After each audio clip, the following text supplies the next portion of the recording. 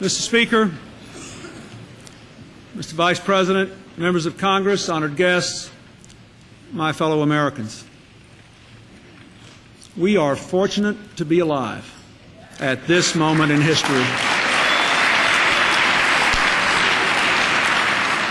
Never before has our nation enjoyed at once so much prosperity and social progress with so little internal crisis and so few external threats.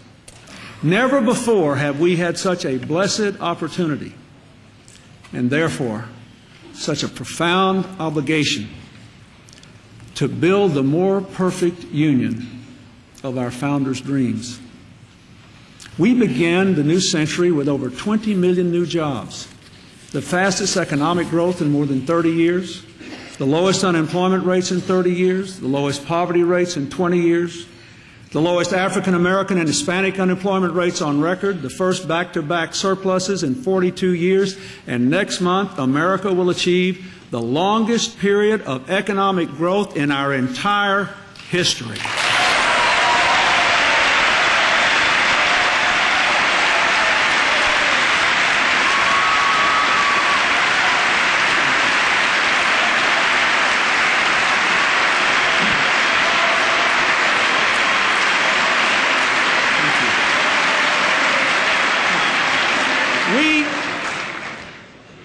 We have built a new economy, and our economic revolution has been matched by a revival of the American spirit.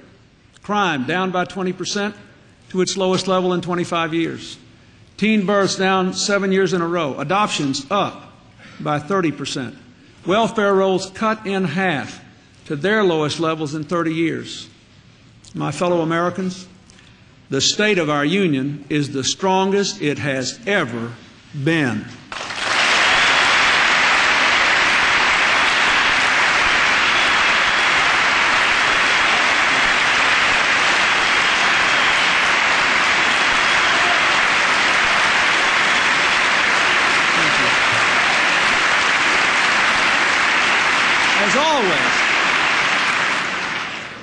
As always, the real credit belongs to the American people.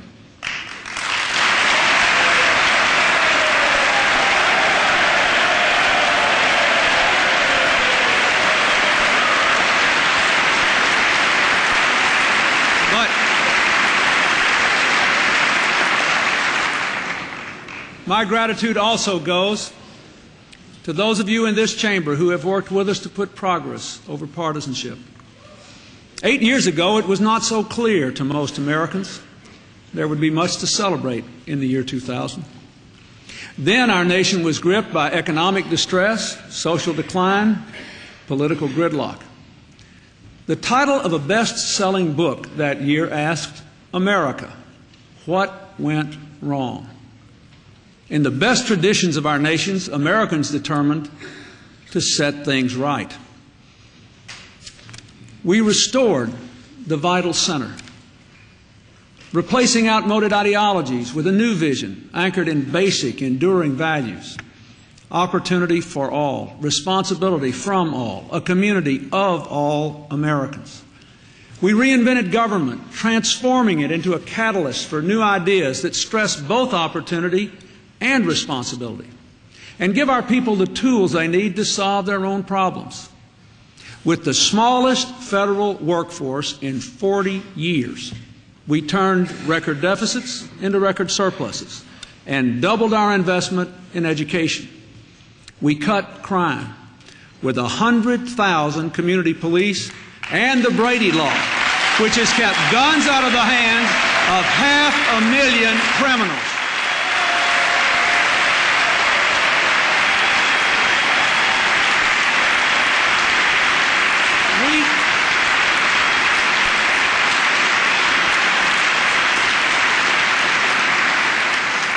We ended welfare as we knew it, requiring work.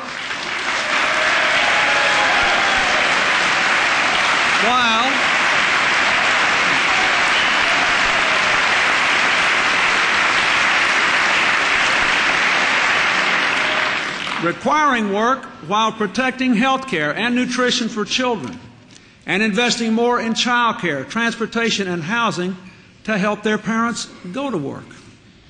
We've helped parents to succeed at home and at work with family leave, which 20 million Americans have now used to care for a newborn child or a sick loved one. We've engaged 150,000 young Americans in citizen service through AmeriCorps while helping them earn money for college. In 1992, we just had a roadmap. Today, we have results. But even more important, America again has the confidence to dream big dreams. But we must not let this confidence drift into complacency. For we, all of us, will be judged by the dreams and deeds we pass on to our children. And on that score, we will be held to a high standard indeed, because our chance to do good is so great. My fellow Americans, we have crossed the bridge we built to the 21st century. Now we must shape a 21st century American revolution of opportunity, responsibility, and community. We must be now, as we were in the beginning, a new nation. At the dawn of the last century, Theodore Roosevelt said, "The one characteristic more essential than any other is foresight. It should be the growing nation with a future that takes the long look ahead." So tonight, let us take our long look ahead and set great goals for our nation. To 21st century America, let us pledge these things. Every child will begin school ready to learn and graduate ready to succeed.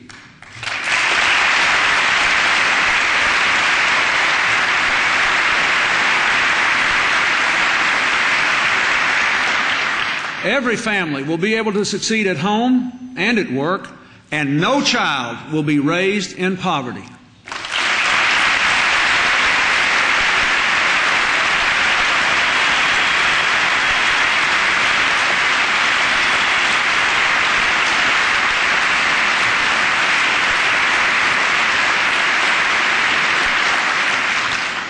We will meet the challenge of the aging of America.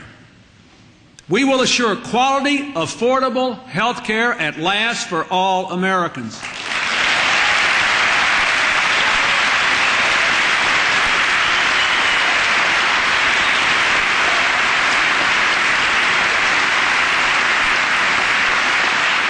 We will make America the safest big country on earth.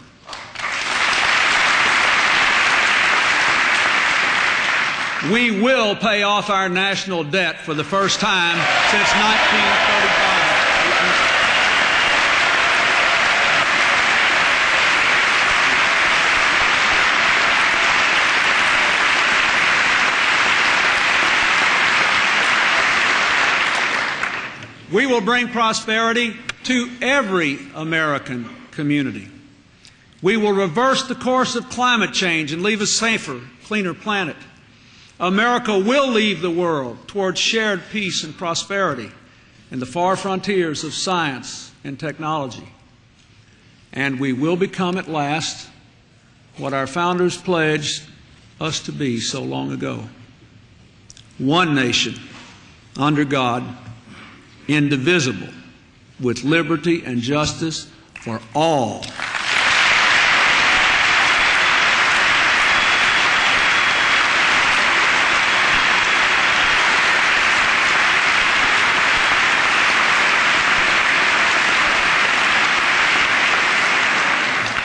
These are great goals, worthy of a great nation. We will not reach them all this year, not even in this decade, but we will reach them. Let us remember that the first American Revolution was not won with a single shot. The continent was not settled in a single year. The lesson of our history and the lesson of the last 7 years is that great goals are reached step by step, always building on our progress, always gaining ground. Of course, you can't gain ground if you're standing still. And for too long, this Congress has been standing still on some of our most pressing national priorities. So let's begin tonight with them. Again, I ask you to pass a real patience bill of rights.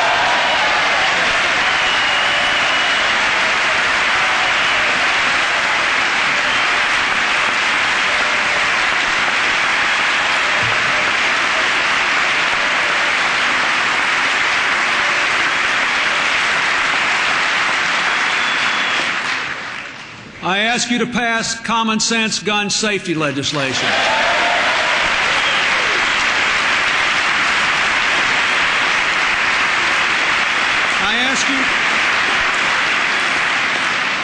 I ask you to pass campaign finance reform.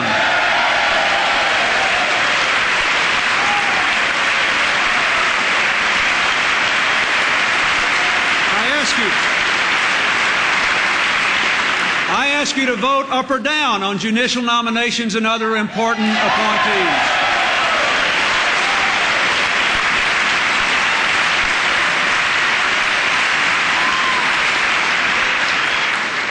And again, I ask you, I implore you to raise the minimum wage.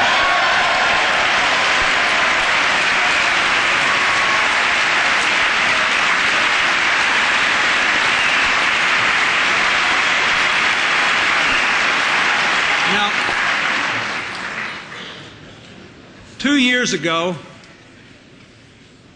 let me try to balance the seesaw here. 2 years ago, as we reached across party lines to reach our first balanced budget, I asked that we meet our responsibility to the next generation by maintaining our fiscal discipline. Because we refuse to stray from that path, we are doing something that would have seemed unimaginable 7 years ago. We are actually paying down the national debt. Now,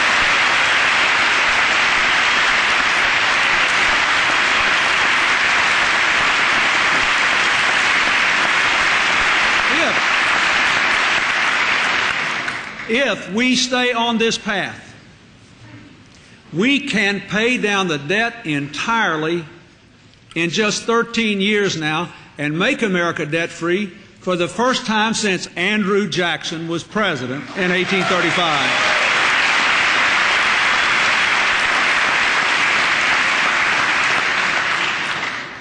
In 1993, we began to put our fiscal house in order with the Deficit Reduction Act, which you'll all remember won passages in both houses by just a single vote. Your former colleague, my first Secretary of the Treasury, led that effort and sparked our long boom. He's here with us tonight. Lloyd Bentsen, you have served America well, and we thank you.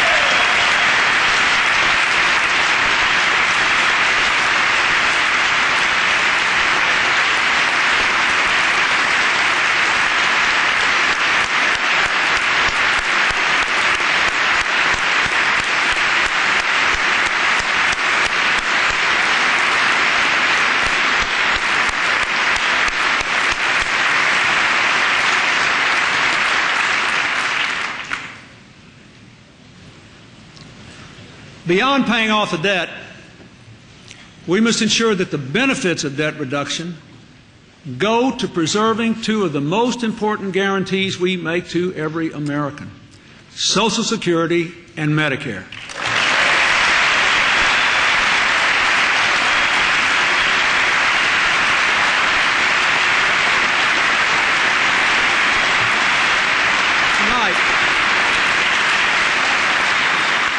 Tonight I ask you to work with me to make a bipartisan down payment on Social Security reform by crediting the interest savings from debt reduction to the Social Security Trust Fund so that it will be strong and sound for the next 50 years.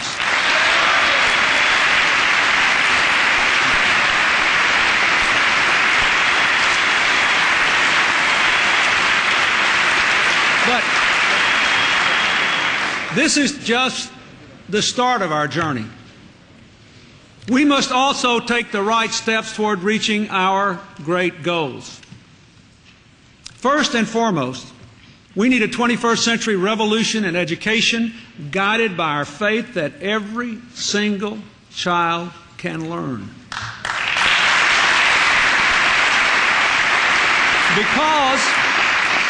Because education is more important than ever, more than ever the key to our children's future, we must make sure all our children have that key.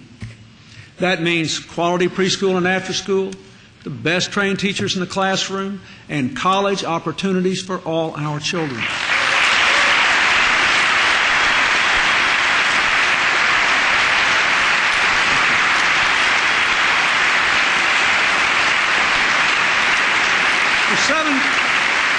For 7 years now, we've worked hard to improve our schools with opportunity and responsibility, investing more but demanding more in turn. Reading, math, college entrance scores are up. Some of the most impressive gains are in schools in very poor neighborhoods. But all successful schools have followed the same proven formula: higher standards, more accountability, and extra help so children who need it can get it to reach those standards. I have sent Congress a reform plan based on that formula. It holds states and school districts accountable for progress and rewards them for results. Each year, our national government invests more than $15 billion in our schools. It is time to support what works and stop supporting what doesn't.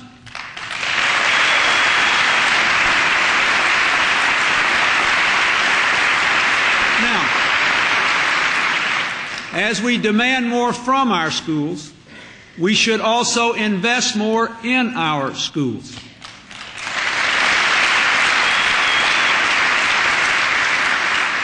Let's double our investment to help states and districts turn around their worst performing schools or shut them down. Let's double our investments in after-school and summer school programs, which boost achievement and keep people off the street and out of trouble.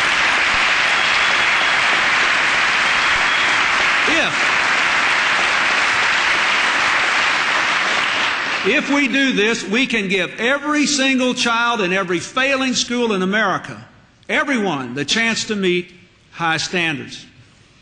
Since 1993, we've nearly doubled our investment in Head Start and improved its quality. Tonight, I ask you for another $1 billion for Head Start, the largest increase in the history of the program.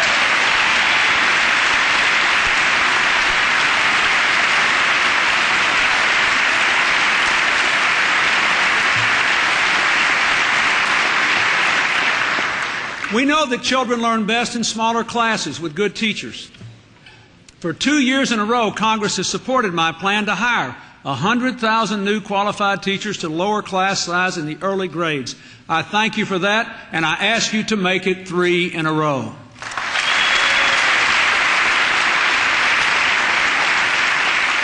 And to make sure all teachers know the subjects they teach.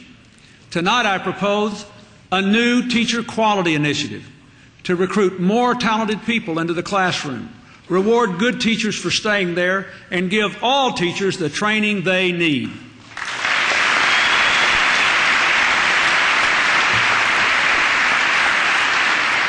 We know charter schools provide real public school choice. When I became president, there was just one independent public charter school in all America. Today, thanks to you, there are 1,700. I ask you now to help us meet our goal of 3,000 charter schools by next year.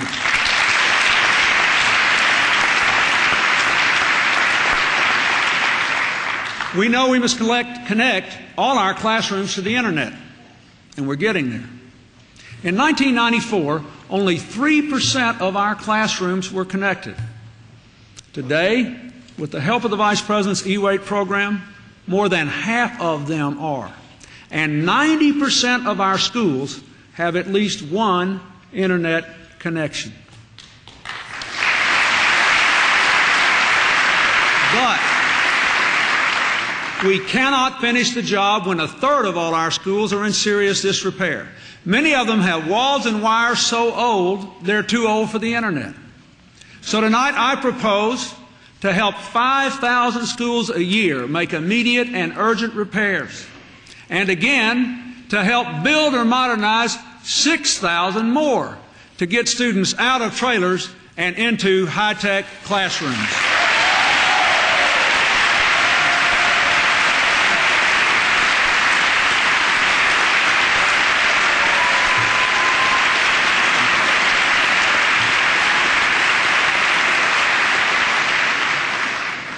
I ask all of you to help me double our bipartisan Gear Up program, which provides mentors for disadvantaged young people.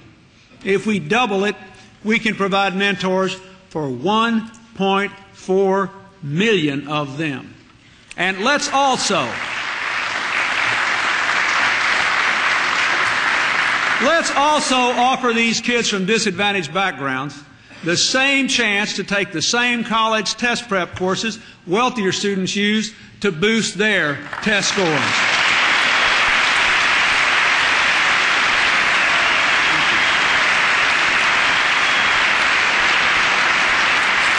Thank you. To make the American dream achievable for all, we must make college affordable for all. For 7 years, on a bipartisan basis, we have taken action toward that goal. Larger Pell Grants, more affordable student loans, education IRAs, and our Hope Scholarships, which have already benefited 5 million young people. Now, 67% of high school graduates are going on to college. That's up 10% since 1993. Yet millions of families still strain to pay college tuition. They need help.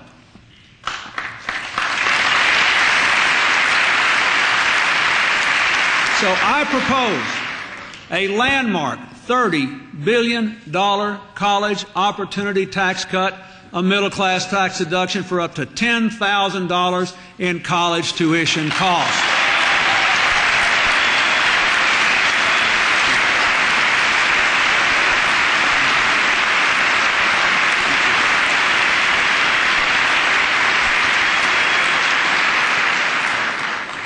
The previous actions of this Congress have already made 2 years of college affordable for all. It's time to make 4 years of college affordable for all.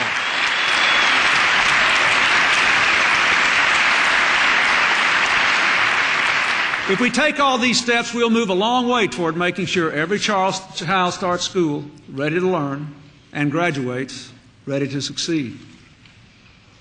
We also need a 21st century revolution to reward work and strengthen families by giving every parent the tools to succeed at work and at the most important work of all, raising children. That means making sure every family has health care and the support to care for aging parents, the tools to bring their children up right, and that no child grows up in poverty. From my first days as president, we've worked to give families better access to better health care. In 1997, we passed the Children's Health Insurance Program, CHIP, so that workers who don't have coverage through their employers at least can get it for their children. So far, we've enrolled 2 million children. We're well on our way to our goal of 5 million. But there are still more than 40 million of our fellow Americans without health insurance, more than there were in 1993. Tonight, I propose that we follow Vice President Gore's suggestion to make low-income parents eligible for the insurance that covers their children.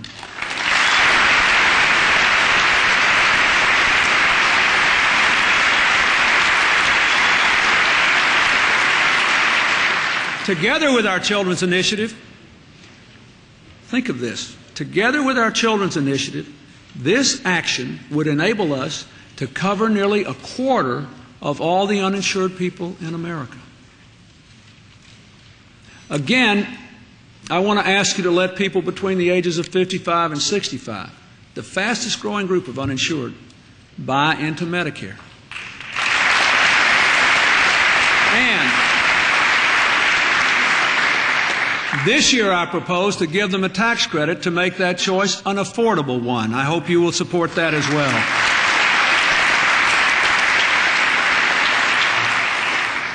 When the baby boomers retire, Medicare will be faced with caring for twice as many of our citizens. Yet it is far from ready to do so. My generation must not ask our children's generation to shoulder our burden. We simply must act now to strengthen and modernize Medicare. My budget includes a comprehensive plan to reform Medicare to make it more efficient and more competitive. And it dedicates nearly $400 billion of our budget surplus to keep Medicare solvent past 2025.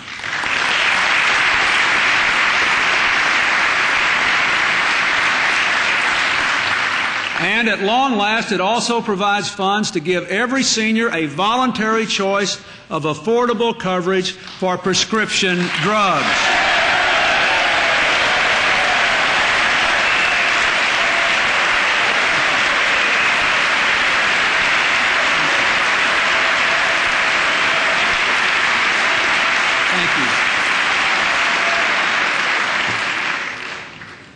Life-saving drugs are an indispensable part of modern medicine.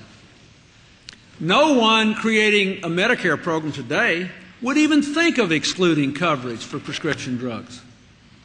Yet more than 3 in 5 of our seniors now lack dependable drug coverage which can lengthen and enrich their lives.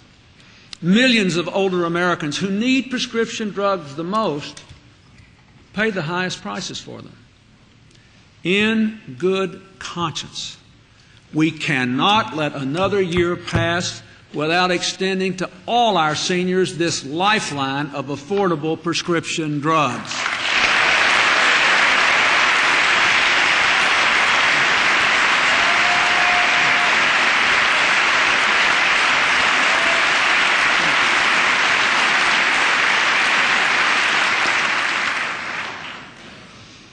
Record numbers of Americans are providing for aging or ailing loved ones at home. It's a loving, but a difficult and often very expensive choice. Last year I proposed a $1,000 tax credit for long-term care. Frankly, it wasn't enough. This year, let's triple it to $3,000.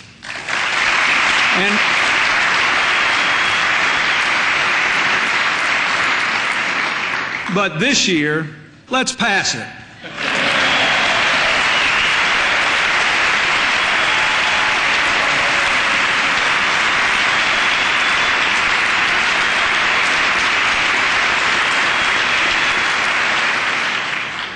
We also have to make needed investments to expand access to mental health care.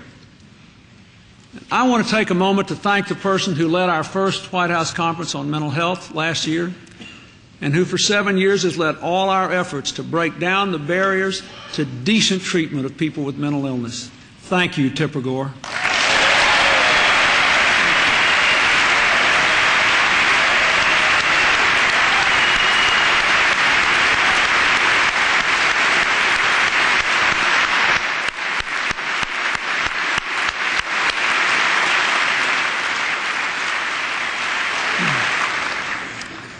Taken together, these proposals would mark the largest investment in health care in the 35 years since Medicare was created. The largest investment in 35 years. That would be a big step toward assuring quality health care for all Americans, young and old. And I ask you to embrace them and pass them.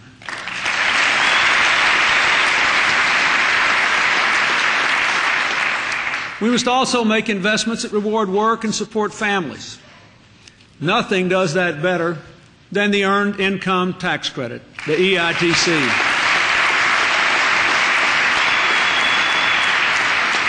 The E in the EITC is about earning, working, taking responsibility, and being rewarded for it. In my very first address to you, I asked Congress to greatly expand this credit, and you did. As a result, in 1998 alone, the EITC helped more than 4.3 million Americans work their way out of poverty toward the middle class. That's double the number in 1993.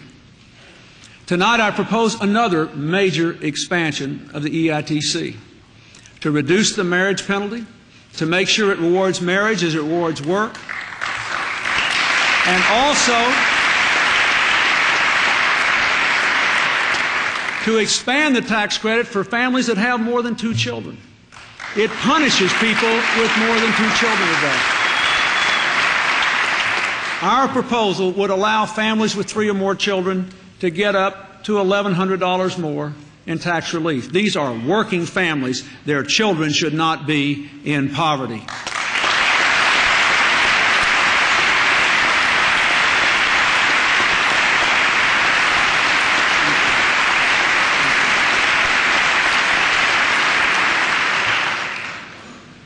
We also can't reward work and family unless men and women get equal pay for equal work.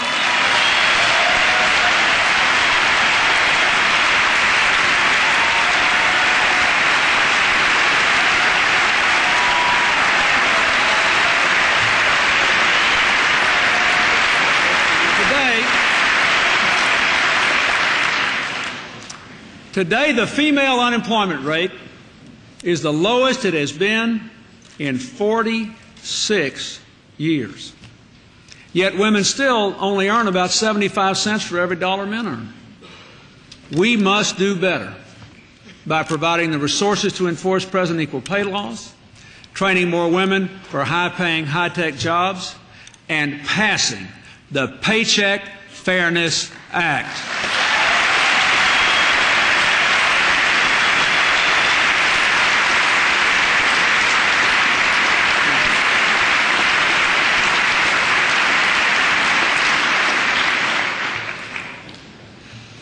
Many working parents spend up to a quarter of their income on child care. Last year, we helped parents provide child care for about 2 million children.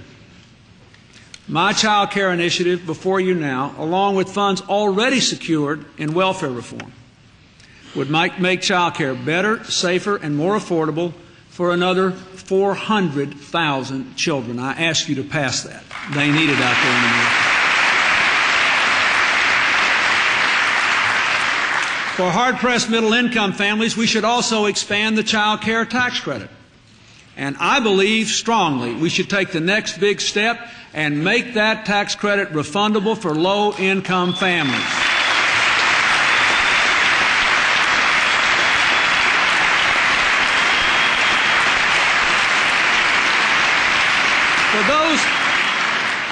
For people making under $30,000 a year, that could mean up to $2,400 for child care costs.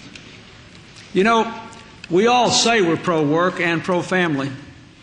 Passing this proposal would prove it.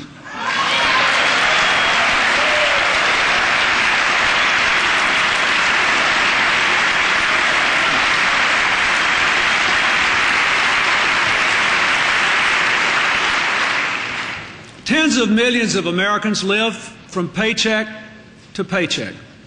As hard as they work, they still don't have the opportunity to save. Too few can make use of IRAs and 401k plans. We should do more to help all working families save and accumulate wealth. That's the idea behind the individual development accounts, the IDAs. I ask you to take that idea to a new level, with new retirement savings accounts that enable every low and moderate income family in America to save for retirement, a first home, a medical emergency, or a college education. I propose to match their contributions, however small, dollar for dollar, every year they save. And I propose to give a major new tax credit to any small business that will provide a meaningful pension to its workers. Those people ought to have retirement as well as the rest of us.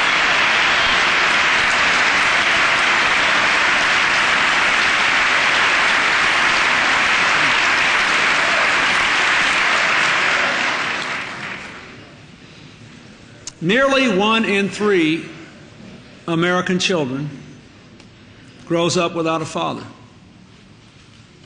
These children are 5 times more likely to live in poverty than children with both parents at home. Clearly, demanding and supporting responsible fatherhood is critical to lifting all our children out of poverty. We've doubled child support collections since 1992. And I'm proposing to you tough new measures to hold still more fathers responsible. But we should recognize that a lot of fathers want to do right by their children, but need help to do it. Carlos Rosas of St. Paul, Minnesota, wanted to do right by his son, and he got the help to do it. Now he's got a good job, and he supports his little boy. My budget will help 40,000 more fathers make the same choices Carlos Rosas did. I thank him for being here tonight. Stand up, Carlos. Thank you.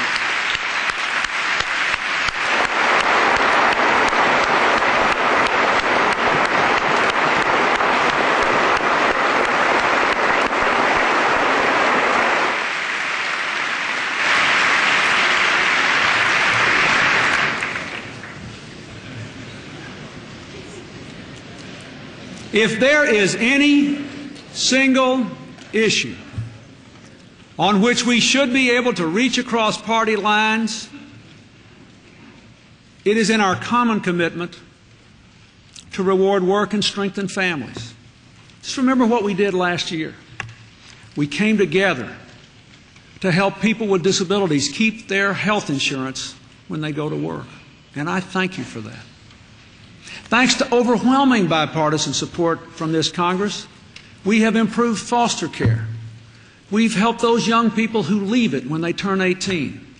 And we have dramatically increased the number of foster care children going into adoptive homes. I thank all of you for all of that.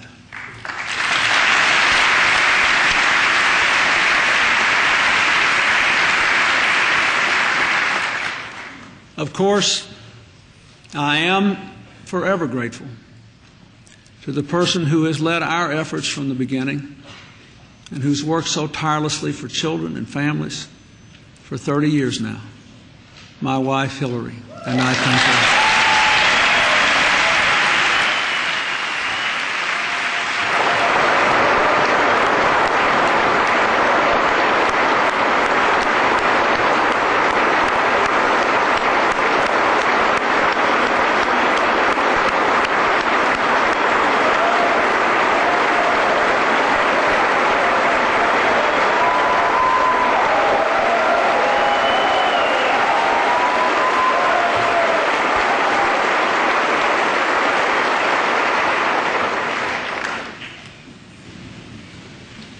If we take the steps I've just discussed, we can go a long, long way toward empowering parents to succeed at home and at work and ensuring that no child is raised in poverty. We can make these vital investments in health care, education, support for working families, and still offer tax cuts to help pay for college, for retirement, to care for aging parents, to reduce the marriage penalty. We can do these things without forsaking the path of fiscal discipline that got us to this point here tonight. Indeed, we must make these investments and these tax cuts in the context of a balanced budget that strengthens and extends the life of Social Security and Medicare and pays down the national debt.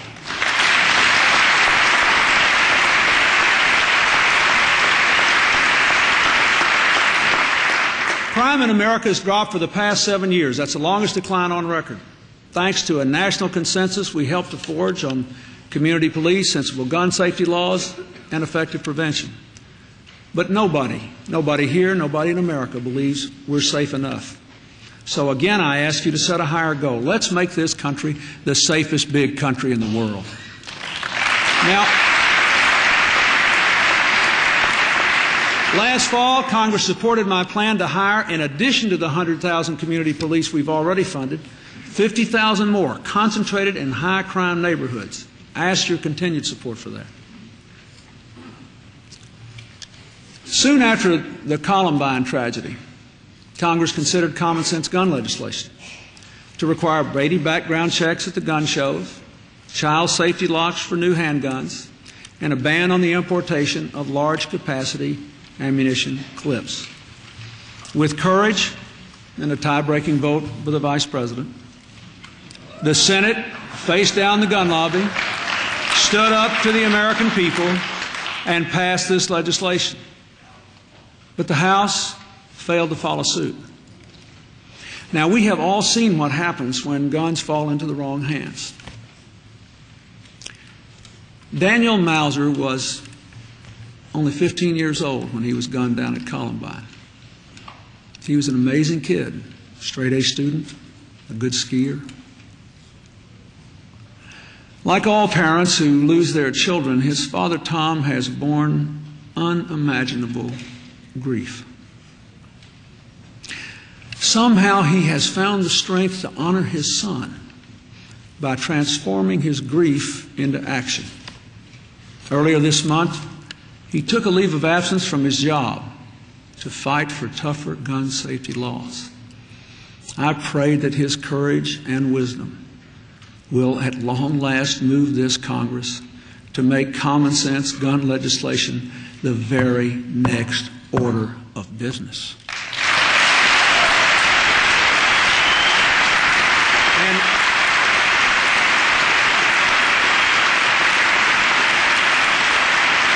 Tom Mauser, stand up. We thank you for being here tonight. Tom.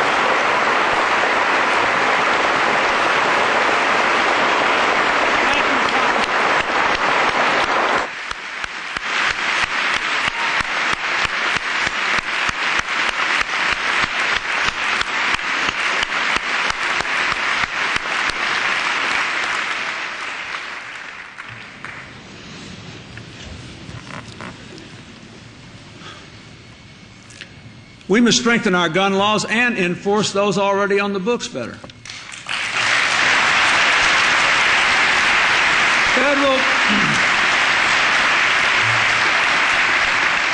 Federal gun crime prosecutions are up 16% since I took office, but we must do more.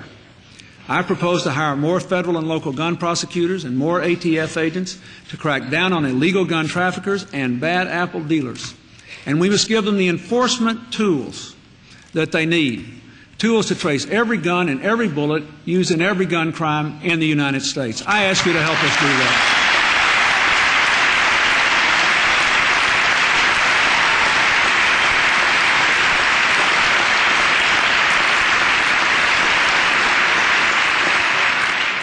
Every state in this country already requires hunters and automobile drivers to have a license. I think they ought to do the same thing for handgun purchases. Now,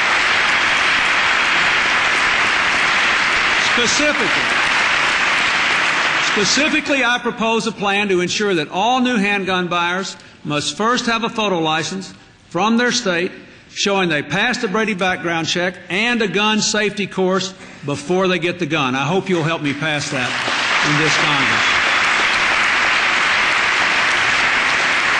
Listen to this. Listen to this. The accidental gun rate, the accidental gun death rate of children under 15 in the United States is 9 times higher than in the other 25 industrialized countries combined. Now, technologies now exist that could lead to guns that can only be fired by the adults who own them. I ask Congress to fund research into smart gun technology to save these children's lives.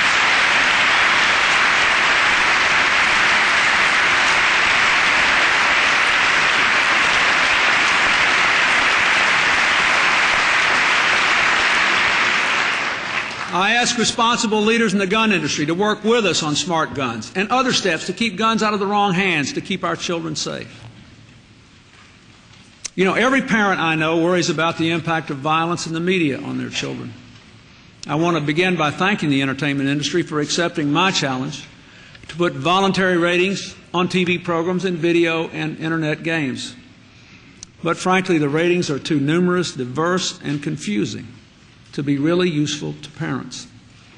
So tonight, I ask the industry to accept the First Lady's challenge to develop a single voluntary rating system for all children's entertainment that is easier for parents to understand and enforce.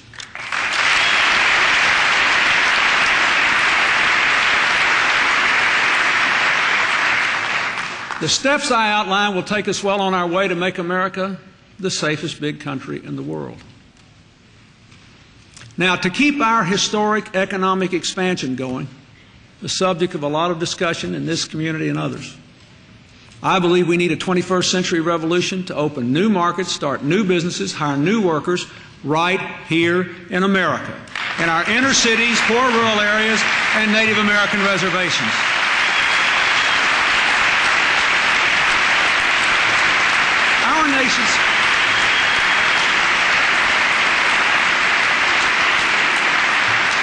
Our nation's prosperity hasn't yet reached these places. Over the last 6 months, I've traveled to a lot of them, joined by many of you and many far-sighted business people, to shine a spotlight on the enormous potential in communities from Appalachia to the Mississippi Delta, from Watts to the Pine Ridge Reservation. Everywhere I go, I meet talented people eager for opportunity and able to work. Tonight, I ask you, let's put them to work.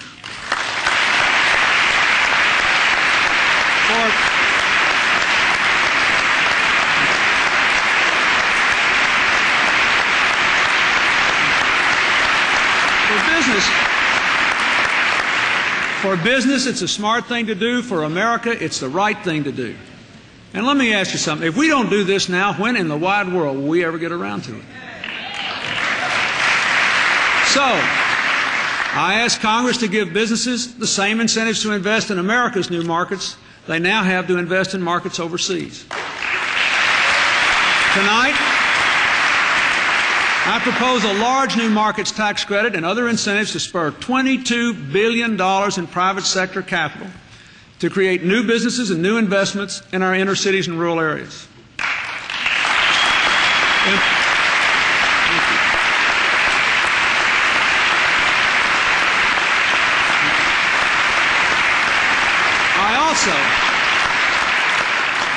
Because empowerment zones have been creating these opportunities for 5 years now, I also ask you to increase incentives to invest in them and to create more of them. And let me say to all of you, again, what I have tried to say at every turn, this is not a Democratic or a Republican issue.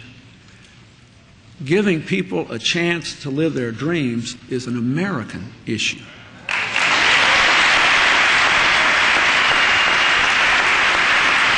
Mr.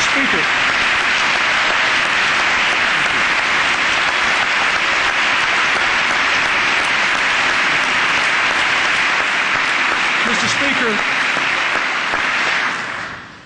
Mr. Speaker, it was a powerful moment last November when you joined Reverend Jesse Jackson and me in your home state of Illinois and committed to working toward our common goal by combining the best ideas from both sides of the aisle.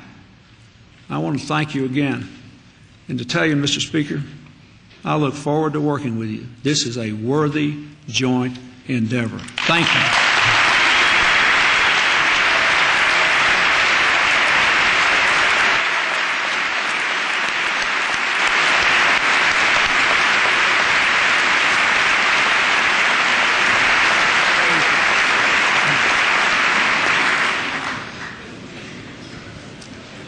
I also ask you to make special efforts to address the areas of our nation with the highest rates of poverty, our Native American reservations and the Mississippi Delta.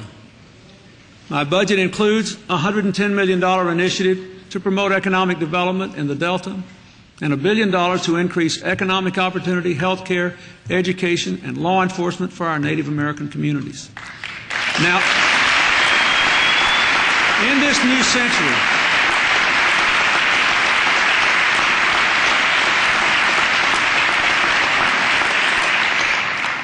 we should begin this new century by honoring our historic responsibility to empower the first Americans.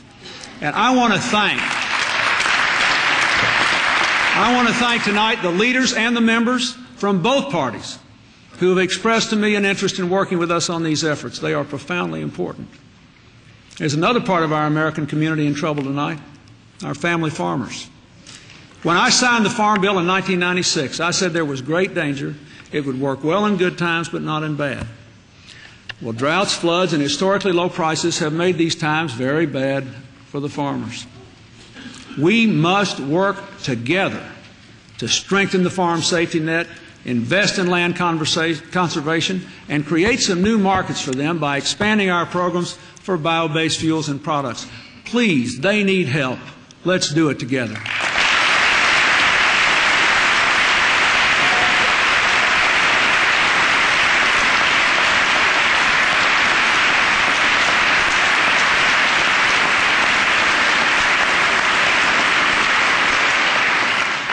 Opportunity for all requires something else today, having access to a computer and knowing how to use it.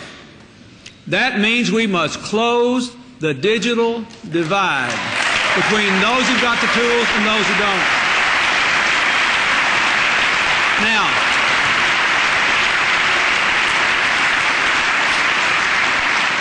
connecting classrooms and libraries to the internet is crucial, but it's just a start. My budget ensures that all new teachers are trained to teach 21st century skills. And it creates technology centers in 1,000 communities to serve adults. This spring, I'll invite high-tech leaders to join me on another New Markets tour to close the digital divide and open opportunity for our people. I want to thank the high-tech companies that already are doing so much in this area. I hope the new tax incentives I have proposed will get all the rest of them to join us. This is a national crusade. We have got to do this and do it quickly.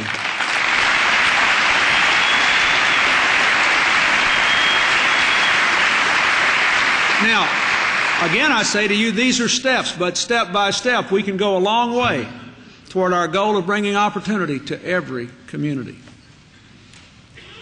To realize the full possibilities of this economy, we must reach beyond our own borders to shape the revolution that is tearing down barriers and building new networks among nations and individuals and economies and cultures. Globalization. It's the central reality of our time. Back. And our open, creative society stands to benefit more than any other if we understand and act on the realities of interdependence. We have to be at the center of every vital global network as a good neighbor and a good partner. We have to recognize that we cannot build our future without helping others to build theirs. The first thing we have got to do is to forge a new consensus on trade. Now, those of us who believe passionately in the power of open trade, we have to ensure that it lifts both our living standards and our values, never tolerating abusive child labor or a race to the bottom in the environment and worker protection. But others must recognize that open markets and rule-based trade are the best engines we know of for raising living standards, reducing global poverty and environmental destruction, and assuring the free flow of ideas. I believe as strongly tonight as I did the first day I got here, the only direction forward for America on trade, the only direction for America on trade is to keep going forward. I ask you to help me forge that consensus.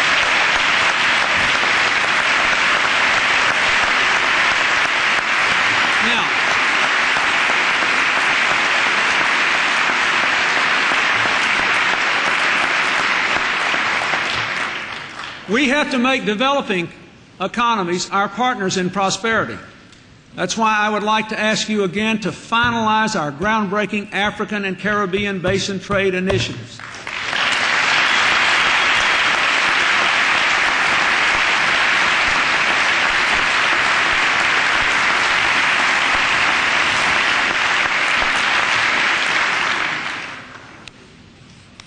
But globalization is about more than economics. Our purpose must be to bring together the world around freedom and democracy and peace, and to oppose those who would tear it apart. Here are the fundamental challenges I believe America must meet to shape the 21st century world. First, we must continue to encourage our former adversaries, Russia and China, to emerge as stable, prosperous, democratic nations. Both are being held back today from reaching their full potential. Russia by the legacy of communism, an economy in turmoil, a cruel and self-defeating war in Chechnya. China by the illusion that it can buy stability at the expense of freedom. But think how much has changed in the past decade. 5,000 former Soviet nuclear weapons taken out of commission. Russian soldiers actually serving with ours in the Balkans. Russian people electing their leaders for the first time in 1,000 years. And in China, an economy more open to the world than ever before. Of course, no one, not a single person in this chamber tonight, can know for sure what direction these great nations will take. But we do know for sure that we can choose what we do. And we should do everything in our power to increase the chance that they will choose wisely to be constructive members of our global community. That's why we should support those Russians who are struggling for a democratic, prosperous future, continue to reduce both our nuclear arsenals, and help Russia to safeguard weapons and materials that remain. And that's why I believe Congress should support the agreement we negotiated to bring China into the WTO by passing permanent, normal trade relations with China as soon as possible this year.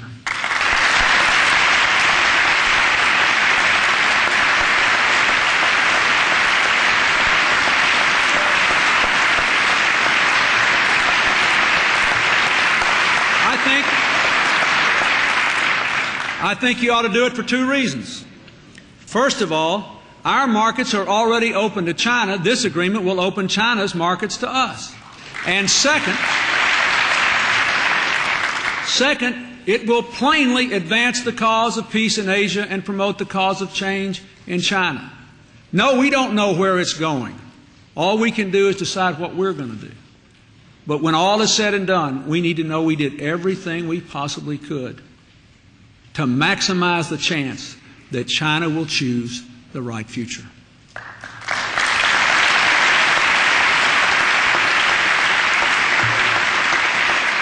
A second challenge we've got is to protect our own security from conflicts that pose the risk of wider war and threaten our common humanity.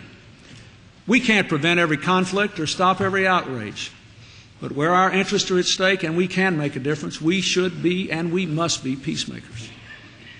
We should be proud of our role in bringing the Middle East closer to a lasting peace, building peace in Northern Ireland, working for peace in East Timor and Africa, promoting reconciliation between Greece and Turkey and in Cyprus, working to diffuse these crises between India and Pakistan, in defending human rights and religious freedom.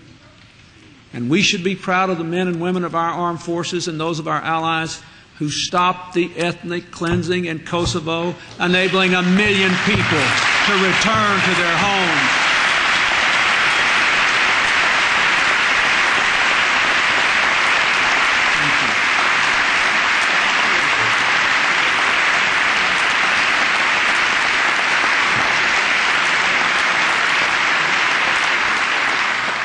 When Slobodan Milosevic unleashed his terror on Kosovo, Captain John Cherry was one of the brave airmen who turned the tide. And when another American plane was shot down over Serbia, he flew into the teeth of enemy air defenses to bring his fellow pilot home. Thanks to our armed forces' skill and bravery, we prevailed in Kosovo without losing a single American in combat.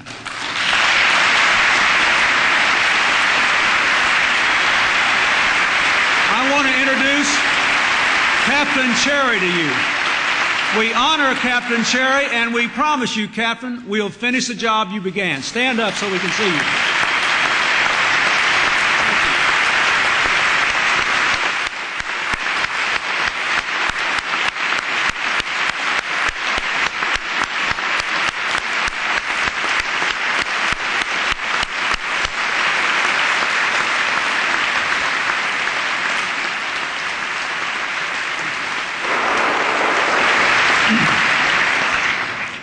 A third challenge we have is to keep this inexorable march of technology from giving terrorists and potentially hostile nations the means to undermine our defenses.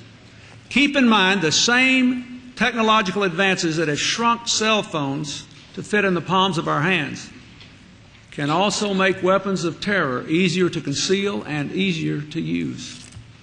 We must meet this threat by making effective agreements to restrain nuclear and missile programs in North Korea, curbing the flow of lethal technology to Iran, preventing Iraq from threatening its neighbors, increasing our preparedness against chemical and biological attack, protecting our vital computer systems from hackers and criminals, and developing a system to defend against new missile threats while working to preserve our ABM missile treaty with Russia.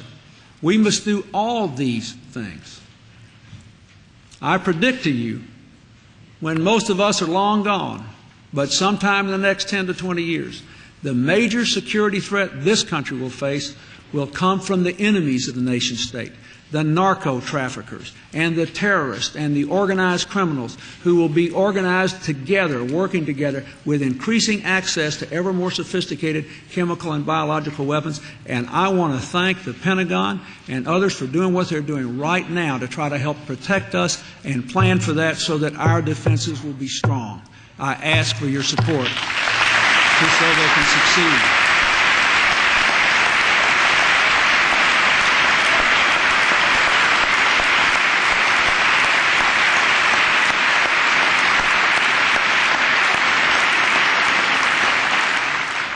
I also want to ask you for a constructive, bipartisan dialogue this year to work to build a consensus which I hope will eventually lead to the ratification of the Comprehensive Nuclear Test Ban Treaty.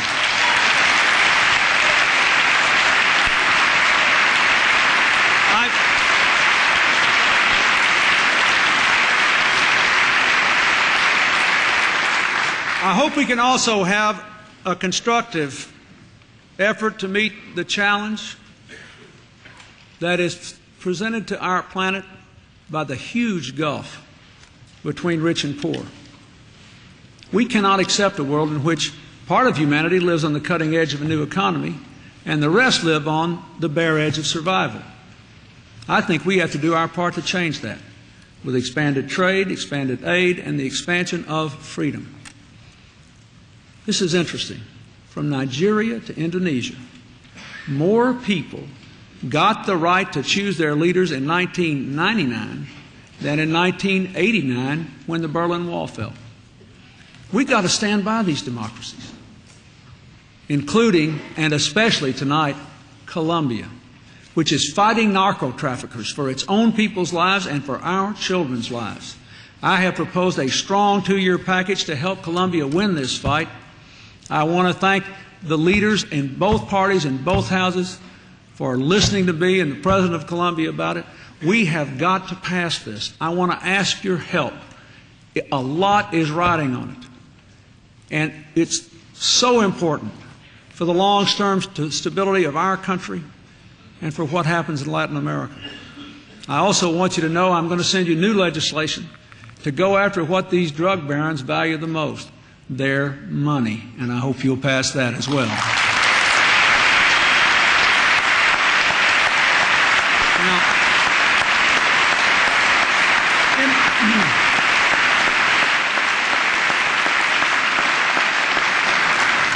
in a world where over 1 billion people live on less than $1 a day, we also have got to do our part in the global endeavor to reduce the debts of the poorest countries, so they can invest in education, health care, and economic growth. That's what the Pope and other religious leaders have urged us to do. And last year, Congress made a down payment on America's share. I ask you to continue that. I thank you for what you did and ask you to stay the course.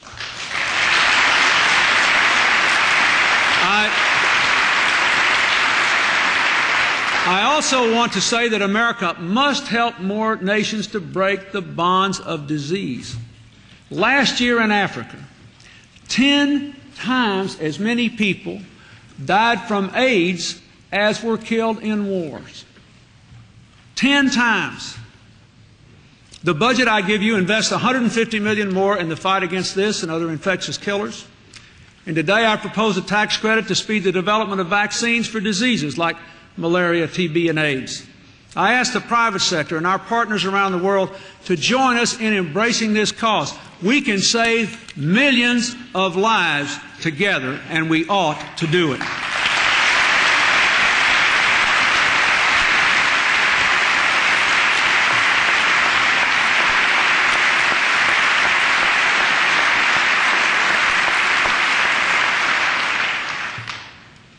I also want to mention our final challenge, which, as always, is the most important.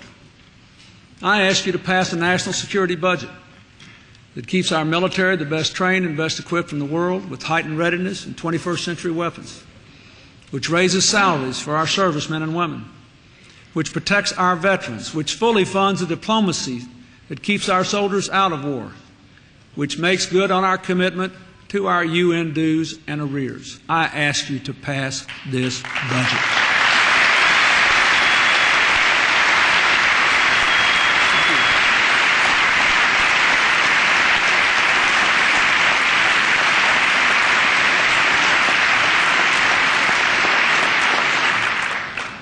I also want to say something, if I might, very personal tonight. The American people watching us at home, with the help of all the commentators, can tell from who stands and who sits and who claps and who doesn't that there are still modest differences of opinion in this room. But I want to thank you for something, every one of you. I want to thank you for the extraordinary support you have given, Republicans and Democrats alike, to our men and women in uniform. I thank you for that.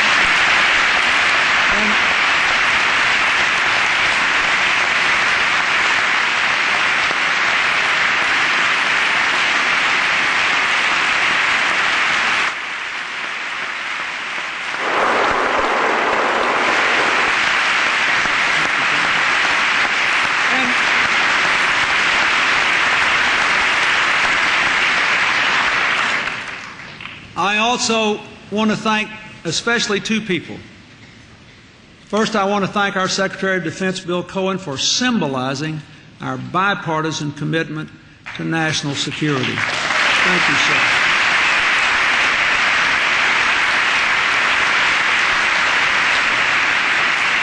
sir. Even more, I want to thank his wife, Janet, who more than any other American citizen has tirelessly traveled this world to show the support we all feel for our troops. Thank you, Janet Cohen. I appreciate it.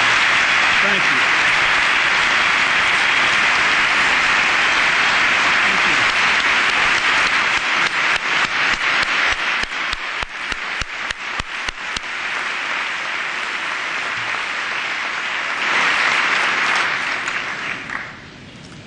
These are the challenges we have to meet so that we can lead the world toward peace and freedom in an era of globalization. I want to tell you that I am very grateful for many things as President. But one of the things I'm grateful for is the opportunity that the Vice President and I have had to finally put to rest the bogus idea that you cannot grow the economy and protect the environment at the same time. Now, as our economy has grown, we've rid more than 500 neighborhoods of toxic waste, ensured cleaner air and water for millions of people. In the past 3 months alone, we've helped preserve 40 million acres of roadless lands in the national forests, created 3 new national monuments. But as our communities grow, our commitment to conservation must continue to grow. Tonight I propose creating a permanent conservation fund to restore our wildlife, protect coastlines, save natural treasures, from the California redwoods to the Florida Everglades. This Lands Legacy Endowment would represent by far the most enduring investment in land preservation ever proposed in this House. I hope we can get together with all the people with different ideas and do this. This is a gift we should give to our children and our grandchildren for all time across party lines. We can make an agreement to do this.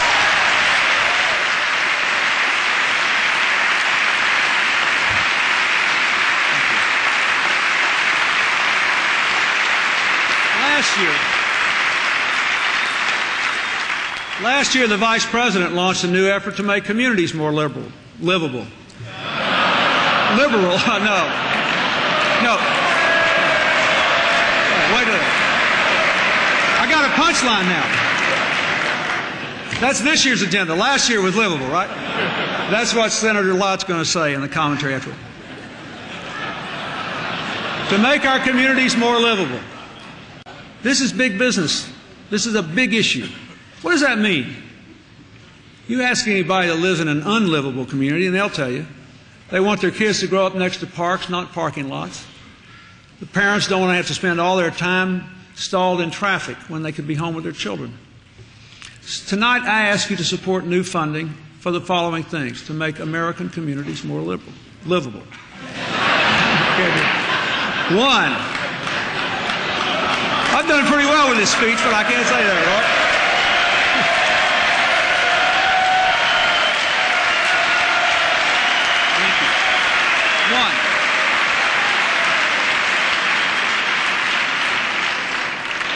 I want you to help us to do three things.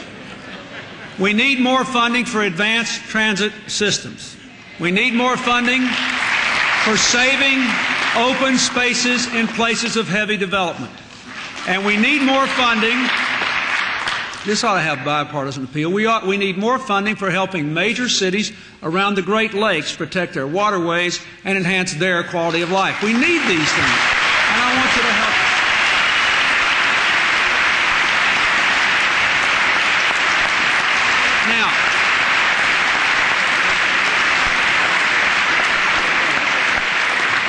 The greatest environmental challenge of the new century is global warming. The scientists tell us the 1990s were the hottest decade of the entire millennium. If we fail to reduce the emission of greenhouse gases, deadly heat waves and droughts will become more frequent, coastal areas will flood, and economies will be disrupted. That is going to happen unless we act. Many people in the United States, some people in this chamber, and lots of folks around the world still believe you cannot cut greenhouse gas emissions without slowing economic growth. In the industrial age, that may well have been true. But in this digital economy, it is not true anymore. New technologies make it possible to cut harmful emissions and provide even more growth. For example, just last week, automakers unveiled cars that get 70 to 80 miles a gallon, the fruits of a unique research partnership between government and industry. And before you know it, efficient production of biofuels will give us the equivalent of hundreds of miles from a gallon of gasoline. To speed innovation in these kinds of technologies, I think we should give a major tax incentive to business for the production of clean energy and to families for buying energy-saving homes and appliances and the next generation of super-efficient cars when they hit the showroom floor. I also ask the auto industry to use the available technologies to make all new cars more fuel efficient right away. And I ask this Congress to do something else. Please help us make more of our clean energy technology available to the developing world. That will create cleaner growth abroad and a lot more new jobs here in the United States of America. Now, in this new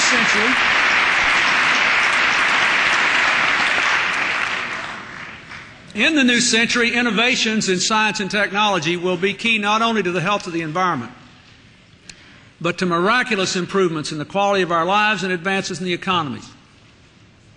Later this year, researchers will complete the first draft of the entire human genome, the very blueprint of life. It is important for all our fellow Americans to recognize that federal tax dollars have funded much of this research, and that this and otherwise investments in science are leading to a revolution in our ability to detect, treat, and prevent disease. For example, researchers have identified genes that cause Parkinson's, diabetes, and certain kinds of cancer. They are designing precision therapies that will block the harmful effect of these genes for good. Researchers already are using this new technique to target and destroy cells that cause breast cancer. Soon we may be able to use it to prevent the onset of Alzheimer's. Scientists are also working on an artificial retina to help many blind people to see. And listen to this, microchips that would actually directly stimulate damaged spinal cords in a way that could allow people now paralyzed to stand up and walk.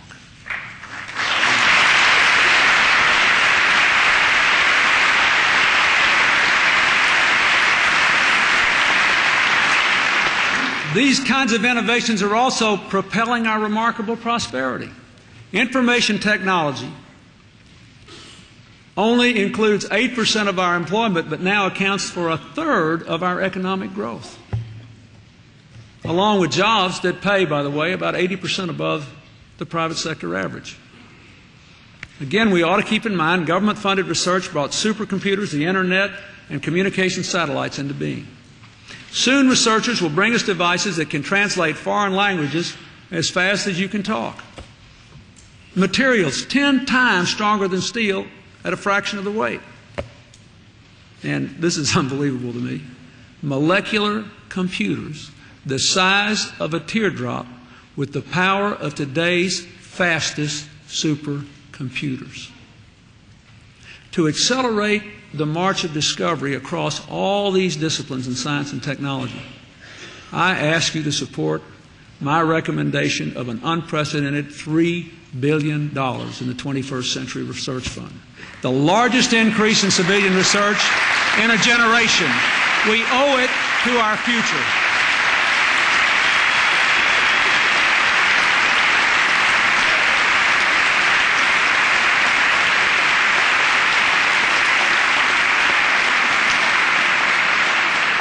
Now, these new breakthroughs have to be used in ways that reflect our values. First and foremost, we have to safeguard our citizens' privacy. Last year, we proposed to protect every citizen's medical records. This year, we will finalize those rules. We've also taken the first steps to protect the privacy of bank and credit card records and other financial statements. Soon, I will send legislation to you to finish that job. We must also act to prevent any genetic discrimination whatever by employers or insurers. I hope you will support that.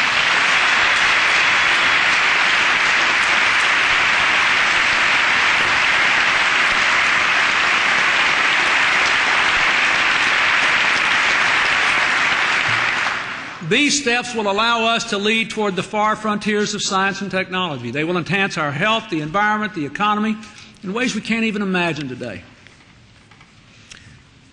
But we all know that at a time when science, technology, and the forces of globalization are bringing so many changes into all our lives, it's more important than ever that we strengthen the bonds that root us in our local communities and in our national community. No tie binds different people together like citizen service. There's a new spirit of service in America, a movement we've tried to support with AmeriCorps, expanded Peace Corps, unprecedented new partnerships with businesses, foundations, community groups. Partnerships, for example, like the one that enlisted 12,000 companies, which have now moved 650,000 of our fellow citizens from welfare to work. Partnerships to battle drug abuse, AIDS, teach young people to read, save America's treasures, strengthen the arts, fight teen pregnancy, prevent violence among young people, promote racial healing. The American people are working together. But we should do more to help Americans help each other. First, we should help faith-based organizations to do more to fight poverty and drug abuse and help people get back on the right track with initiatives like Second Chance Homes that do so much to help unwed teen mothers. Second, we should support Americans who tithe and contribute to charities but don't earn enough to claim a tax deduction for it. Tonight, I propose new tax incentives that would allow low and middle income citizens who don't itemize to get that deduction. It's nothing but fair, and it'll get more people to give. We should do more. Thank you, sir. We should do more to help new immigrants to fully participate in our community. That's why I recommend spending more to teach them civics and English. And since everybody in our community counts, we've got to make sure everyone is counted in this year's census.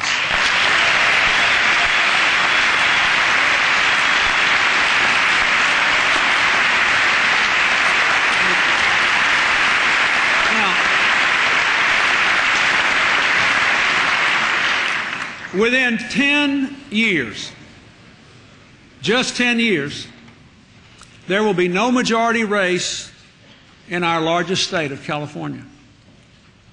In a little more than 50 years, there'll be no majority race in America.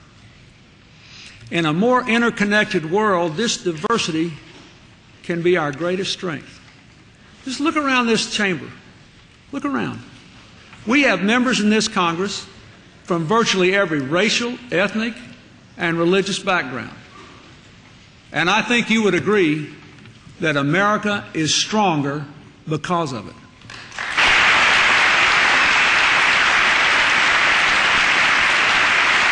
But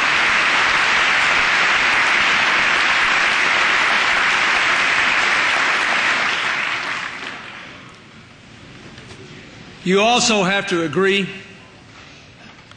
that all those differences you just clapped for all too often spark hatred and division, even here at home. Just in the last couple of years, we've seen a man dragged to death in Texas just because he was black. We saw a young man murdered in Wyoming just because he was gay. Last year, we saw the shootings of African Americans, Asian Americans, and Jewish children just because of who they were. This is not the American way, and we must draw the line.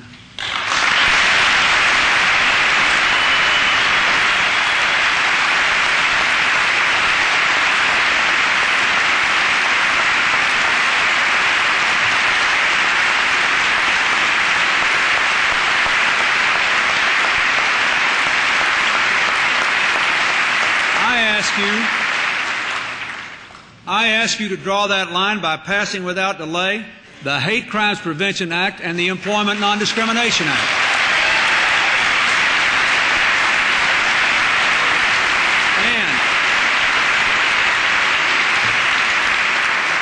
And I ask you to reauthorize the Violence Against Women Act.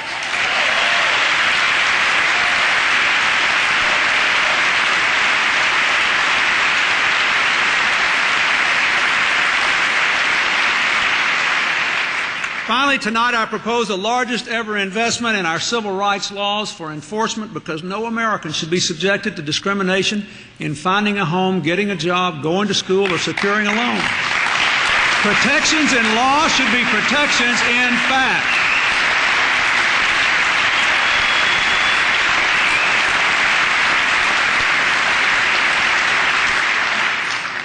Last February, because I thought this was so important, I created the White House Office of One America to promote racial reconciliation. That's what one of my personal heroes, Hank Aaron, has done all his life. From his days as our all-time home run king to his recent acts of healing, he has always brought people together. We should follow his example, and we're honored to have him with us tonight. Stand up, Hank Aaron.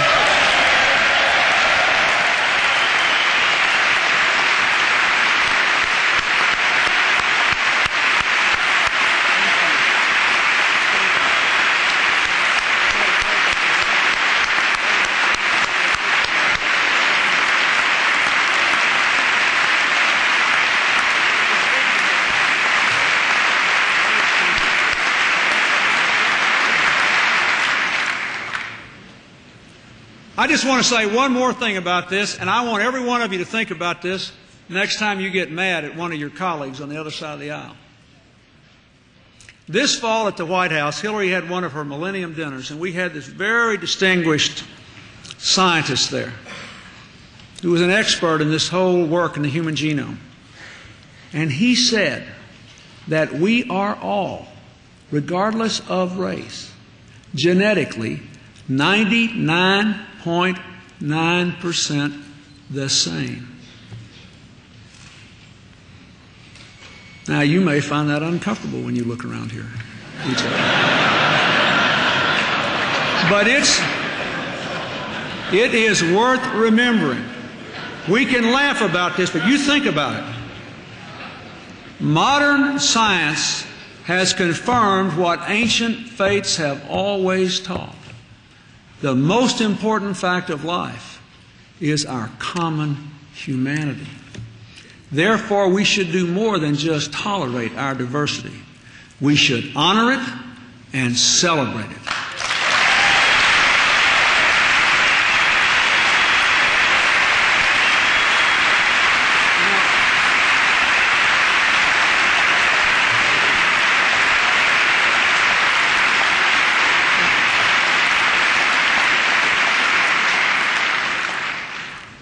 My fellow Americans, every time I prepare for the State of the Union, I approach it with hope and expectation and excitement for our nation. But tonight is very special because we stand on the mountaintop of a new millennium. Behind us, we can look back and see the great expanse of American achievement. And before us, we can see even greater, grander frontiers of possibility. We should, all of us, be filled with gratitude and humility for our present progress and prosperity. We should be filled with awe and joy at what lies over the horizon. And we should be filled with absolute determination to make the most of it. You know, when the framers finished crafting our Constitution in Philadelphia, Benjamin Franklin stood in Independence Hall and he reflected on the carving of the sun. It was on the back of a chair he saw. The sun was low on the horizon. So he said this. He said, "I've often wondered whether that sun was rising or setting. Today," Franklin said, "I have the happiness to know it's a rising sun. Today, because each succeeding generation of Americans has kept the fire of freedom burning brightly, lighting those frontiers of possibility, we all still bask in the glow and the warmth of Mr. Franklin's rising sun." After 224 years, the American Revolution continues. We remain a new nation. And as long as our dreams outweigh our memories, America will be forever young. That is our destiny. And this is our moment. Thank you. God bless you. And God bless America.